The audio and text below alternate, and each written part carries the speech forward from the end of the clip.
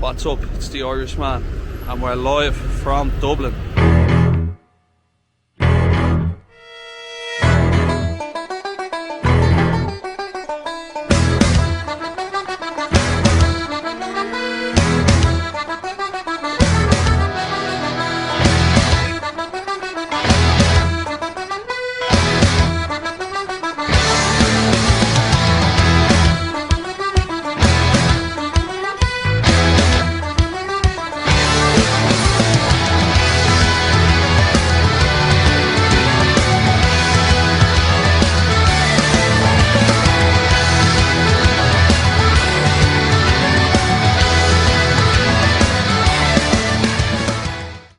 What's happening, everyone? It's the Irishman. We're back with a vlog from the Irish Open out here at the RDS Dublin.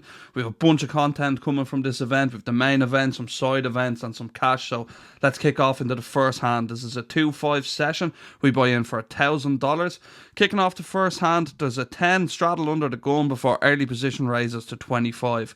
We look down at ace queen of clubs on the button and we 3-bet up to €80. He makes the call and we go heads up to the flop. Flop comes down 8-9-2 with one club, so we've 2 overs here and a backdoor flush draw, but we have a bunch of strong hands on this board. We're going to continue betting. We fire out a small c-bet of €60 and he makes the call. Turn now comes a pretty good one. It comes to 3 of clubs and we pick up the nut flush draw. This is definitely a turn we want to continue semi-bluffing on. We have outs now to the nuts. Our queen and ace are going to likely be out. So given we have so much equity here, when he checks to us, we're going to fire out a big bet. We fire out a bet of €250. He thinks for a couple of seconds and flicks in the 1-chip call. So looking for some help here on the river. We need a club, a queen or an ace. Unfortunately, help does not arrive. It comes an offsuit 10. We break out on our flush draw. Queen jack does now get there, but I wouldn't expect too many queen jacks to call the turn. The only queen jack likely to call the turn is queen jack of clubs, and we have the queen of clubs in our hand. So when it gets checked to us again, we're going to fire out a big bet there. Try get stubborn pairs to fold. We're going to bluff here. We could similarly be betting for value with hands like aces or kings, a set of 10. So we have a bunch of hands we can bet for value here. We size up and fire a big bet of €450 to send the opponent into the tank. He tanks for a while, eventually flicks in the 1-chip call. We turn over our hands, say ace high, you're good, and to our surprise, he turns over pocket 5s to absolutely wreck us with the 4th pair hero call. He's absolutely made a mug of us there. He sent us to the showers. We're going to need to reload here straight after the first hand. That's never good, but let's get back to battling. In this hand, I look down at pocket 9s in the cutoff. I open it to €20. Patrick makes a 60 on the button before the small blind decides to rip all in for his last €136. The big blind then decides to do something weird. He goes into the tank for a minute or two and decides to just call. Found this kind of interesting as he'd been playing very snug all day, so I actually thought this might be a stronger hand than usual. If it was someone who was just playing a lot of pots, they could just be gambling with a whole wide range of stuff, but given he was playing really snug and then just calls the 4-bet all in, started to set off some alarm bells, but I don't think we're ever folding here. The chance of us getting 4 or 5-bet behind is quite low, so we're going to just call here and see a flop.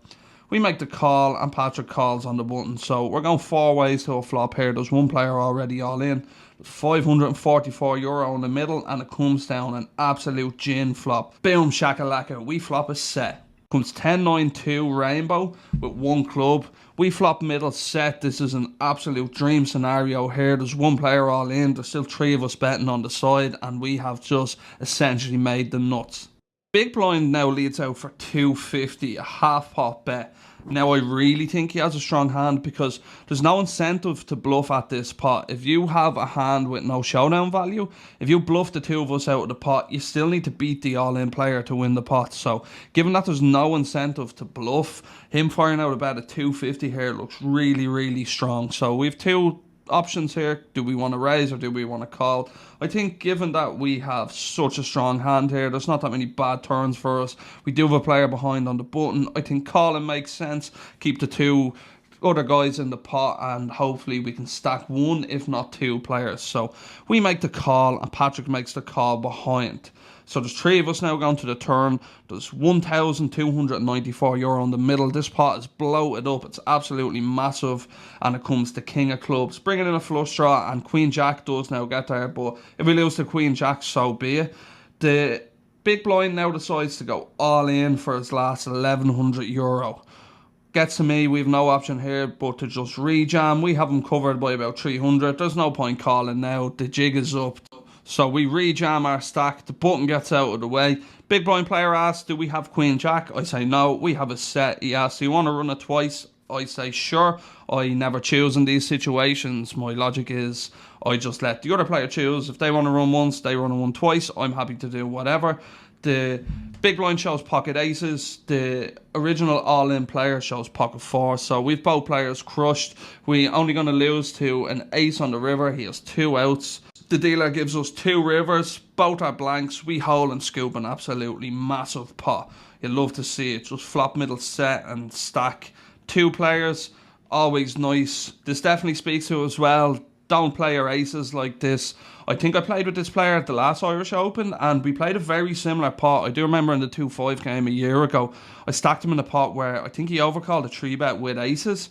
So that was going through my head in the hand because I recognised him from last year, and it was basically the exact same situation. I called and I think I flopped a set or maybe made two pairs, something like this, and ended up getting the stack. So I think if you're in this situation with aces, you don't want to just call and go four ways to a flop out position. You want to just shovel more money in the pot while you have the best hand. You should just click it to like 275. Some of us still might call, and you're just making a bigger pot. You do get the temptations. I've been guilty of it years ago in the past. You just want to slow play them. You want to keep everyone in the pot. You want to win a bigger pot, but sometimes it backfires like this. So I think you're just playing with fire if you just call with the aces here. I think 4-bet has to be mandatory. You want to shovel as much money into the pot pre-flop when you have aces. But unlucky, he's a nice fella. I played with him a good few times. Unfortunate that we just drill the flop and make a set and end up winning a monster pot. So the session is off to a flying start.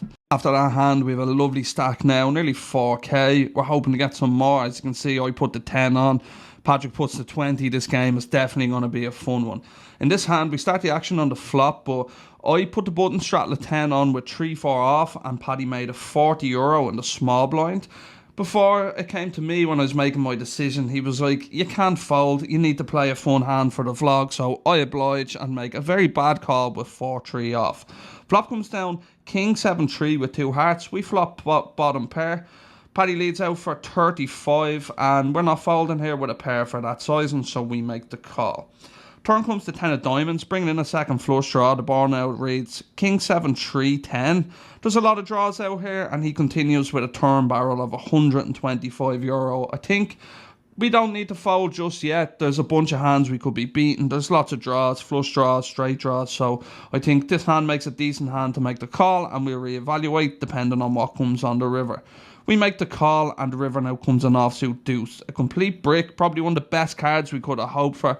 All the draws miss, and now Paddy fires out a massive bet of €400. He overbets the pot, and it puts us into the blender. And when I was in the tank, I started to think that out of hands that we should call on the river, I think 4-3 off actually is a pretty nice call for a couple of reasons. So we unblock all of the possible bluffs. We don't have any hearts. We don't have any diamonds. We don't block like the 8-9 straight draw, the Queen Jack, the Jack 9. So we unblock all of the straight draws. I think 4-3 off actually becomes a better call than a hand like King Jack or anything that blocks the straight draws. If you had like King Jack with a heart or King Jack with a diamond, I don't really like calling those hands because you just heavily interact with a lot of the cards that he would have in his hand when he's bluffing. So the more I thought about it, I thought 4-3 off actually is probably one of the best combos we can call down, because he's essentially repping like King Queen plus and bluffs, and 4-3 off is definitely going to beat the bluffs, and it doesn't block any of the bluffs. So I decided we're going to make the call. If we lose, sure, it's fun for the vlog. We make the call, and Paddy shakes his head, says he missed. He has queen jack off, and we turn over 4-3 off to show the winner with bottom pair. Paddy's not happy. He can't believe he just got heroed by bottom pair. It was worth it just for this reaction alone. Wins. Jesus, man. How do you call there? Respect, bro, respect. Jesus, man. Oh. What? Oh, get to. Oh. There's an early position raise to €20 before we look down at Queen 10 of diamonds in middle position. The villain this hand is a recreational player, so we want a 3-bet here and play the hand heads up versus him, so we make it €60 to go. Patrick has different ideas. He's coming for that money back after the 4-3 offhand and decides to 4-bet to 125. The original raiser gets out of the way and we can never fold to this sizing. We're going to call and hope that we hit a nice flop. We make the call and we're going heads up in a 4-bet pot. We're battling once again and the flop comes down. Pretty good one for Queen 10 of diamonds. It comes 9-5-4 with 2 diamonds. So we have 2 overcards and a flush draw. We check it over to the aggressor and he fires out a c-bet of €75. We're going nowhere with this draw. We make the call and the turn comes a very good card. Comes the jack of clubs, which now gives us an open-ended straight draw to go with our flush draw. We check it on over to him again and he fires out a turn bet of €200. He's about 1,000 behind and we have a decision here. Do we want to check raise as a bluff or do we want to call? In game, I think we were getting out of line and we end up deciding that we're going to just check jam on him, put all his 1-pair hands in the blender. We can have some strong hands here like pocket 9s, pocket jacks. We have the 2 combos of jack 9 suited. We're also going to have 4-5 suited sometimes here. So we do have some strong hands and we can put a lot of the overpairs in the blender. We also can get some better hands to fold that are maybe like king queen of clubs, a hand that like picks up a draw and then doesn't want to play for the whole stack. They're not going to gamble with just 1 card to come, but maybe that's just being a bit ambitious. There's not that many combos of that hand, so we end up sticking him all in for his remaining €1,000 and get the bad news when we get snap called. He turns over pocket jacks for a turn set. We're never bluffing that hand. He has the nuts. Unfortunate to run into it. We decide to run it twice. We still have 2 chances to hit a flush or a straight. Maybe we can get a chop. Dealer does us no favours. 2 blanks on both boards and Patrick gets us back. It's his turn to send us to the showers. We end up losing a massive pot there. I think maybe there's an argument for just check calling the turn, especially with it being a 4-bet pot. I think if it's just a 3-bet pot, maybe where we can have more better hands, where we can have more of the sets and stuff, maybe that's when we want to just check pile. But you know how we like to play. We like to put people under pressure. We don't like folding. We don't like playing passive. We want to put people to the test all the time. We tried it there and unfortunately ran into the nuts. Good lad, in fairness to him. He's alright. In this hand, I open queen jack off to €20 on the cutoff. Patrick calls behind on the button and another friend of the vlog, Emmett, calls in the big blind. So we're going 3 ways to the flop here against 2 legends and it comes down king 10-3 all clubs. So we flop an open ender here in the second off flush draw. Gets checked to us and I think we're going to continue with a small sizing here.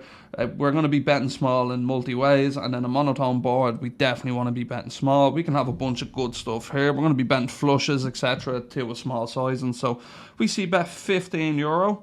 Button makes the call and the big blind now raises to €50. A really small raise from a bet and a call ahead of you and you're out of position. So with this hand, I think we just want to be calling here. I don't know if we want to do too much raising as a bluff. He can certainly be raising flushes here, even with the small sizing. Just trying to make sure we don't fold. So I make the call and the button folds. Turn now comes an offsuit 8 and the big blind continues with a bet of €75. I make the call. Looking back on it, I think maybe a raise could be decent here as a bluff. We are going to have so much equity. We're only dead against the nuts, but we decided on a call and we can bluff some rivers. Maybe we make our hand. So we make the call and the river comes another 10. So we completely whiff. Blind now bets €100. A really small bet into this size pot. I don't think he has that strong of a hand, considering if he did have a flush or a full house, I think we'd expect to see him absolutely bomb the river.